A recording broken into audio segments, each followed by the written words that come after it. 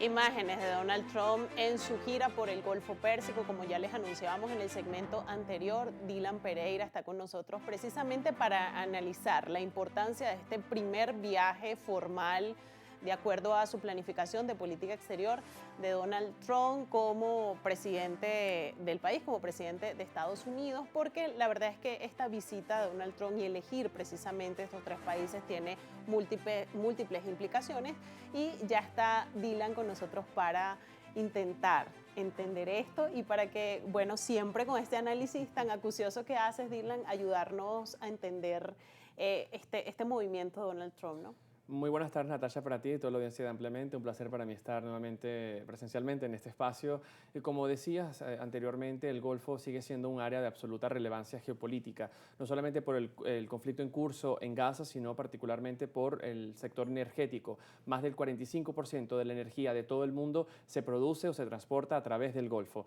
y particularmente también con la interacción estratégica en áreas como el Canal de Suez, controlado por Egipto. Es decir, es un tema que es recurrente en la Casa Blanca como una de sus prioridades, y Trump repite durante su primer mandato, su primer viaje fue al Medio Oriente, y lo hace nuevamente en esta oportunidad a tres grandes monarquías muy acaudaladas con una capacidad de inversión gigantesca, pero que ha dejado algunos mensajes muy importantes que dan señales si podrían haber cambios radicales o significativos en la política exterior. Una de ellas precisamente cuando cerraba su discurso en Abu Dhabi, en Emiratos Árabes Unidos, y lo hacía referencia también en Riyadh, en Arabia Saudita, era que los tiempos en los que los funcionarios estadounidenses pues iban a otros países a dar lecciones de cómo vivir habían llegado a su fin. Y esto ha generado un cierto revuelo en la prensa en Estados Unidos y en algunos movimientos sociales si la política de Estados Unidos respecto a Medio Oriente y otras regiones no seguirá estrictamente los patrones de seguimiento de Estado de Derecho, derechos humanos y democracia que había marcado las administraciones anteriores, particularmente los demócratas. Pero lo cierto es que a nivel financiero fue una visita de gran éxito para Estados Unidos, porque en total recauda Donald Trump más de 1.4 trillones de dólares en inversiones.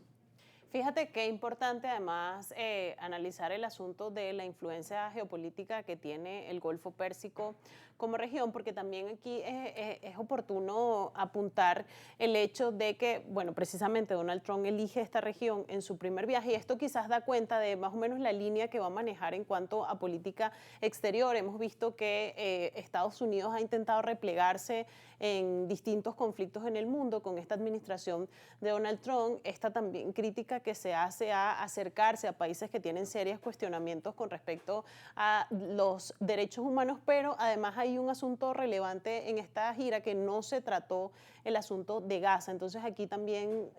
pues sale una vertiente en este análisis: que tanto está comprometido Donald Trump con este asunto, hasta qué punto puede llegar la negociación, y también por otro lado que es fundamental quizás el papel que ha asumido esta región, particularmente hemos visto a Arabia Saudita en la mediación de estos conflictos. Está Estados Unidos quizás relegando más estas responsabilidades a otros países o a estas regiones. ¿Cómo valoras esto? Sí, comienzo por el último punto que mencionas, Natasha, porque es muy importante. Precisamente los socios estratégicos, entre ellos Qatar y Arabia Saudita, y también particularmente el caso de Jordania y Egipto, han sido los socios regionales, tanto de la Unión Europea como de Estados Unidos, que han mediado en la hostilidad en Gaza desde el inicio del conflicto, con el ataque terrorista del 7 de octubre de 2023, y posteriormente pues, la operación militar que sigue en curso por parte de Israel. Han existido varios intentos de alto al fuego, ellos mediados precisamente por estos socios. Es interesante la mención que hace Donald Trump en Arabia Saudita cuando le pide al príncipe heredero Bin Salman, luego de haber pues, firmado estos 600.000 millones de dólares de inversión saudí en Estados Unidos a cambio de un cuantioso contrato militar de más de 145.000 millones de dólares de armamento americano que va a ser vendido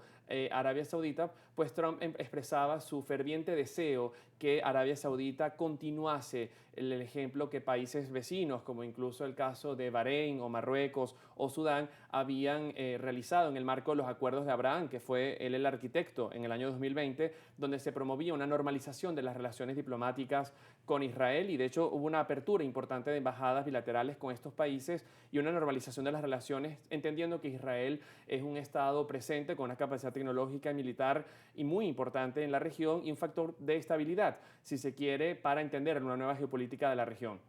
Esto lo abordó con Arabia Saudita de forma ligera, fue la única mención que hace, pero expresaba su deseo o anhelo que en las próximas semanas se alcanzase un alto al fuego. De hecho, precisamente en las últimas horas, su enviado especial Witkoff ha enviado un nuevo borrador de lo que sería un nuevo alto al fuego, tanto a Israel como Hamas. Parece que hay cuestionamiento de ambas delegaciones, pero una voluntad de terminar este punto, que es absolutamente correlacionado a lo que mencionas. Trump llega a la Casa Blanca con dos grandes promesas. Por un lado, reindustrializar Estados Unidos, fortalecer su economía nacional. Lo hace con estos contratos en Arabia Saudita, lo hace con Qatar, firmando 200.000 millones de dólares de aviones Boeing americanos que van a ser enviados a Qatar Airways. Lo hace en Emiratos Árabes Unidos, donde invertirá más de 300.000 millones de dólares en energía y también en el sector de la inteligencia artificial, pero también al mismo tiempo dice que no quiere abrir conflictos, sino culminar. Ha sido su visión con Rusia, con Ucrania y con Gaza, a pesar que hasta este momento los esfuerzos pues siguen en curso y no han dado buen fruto.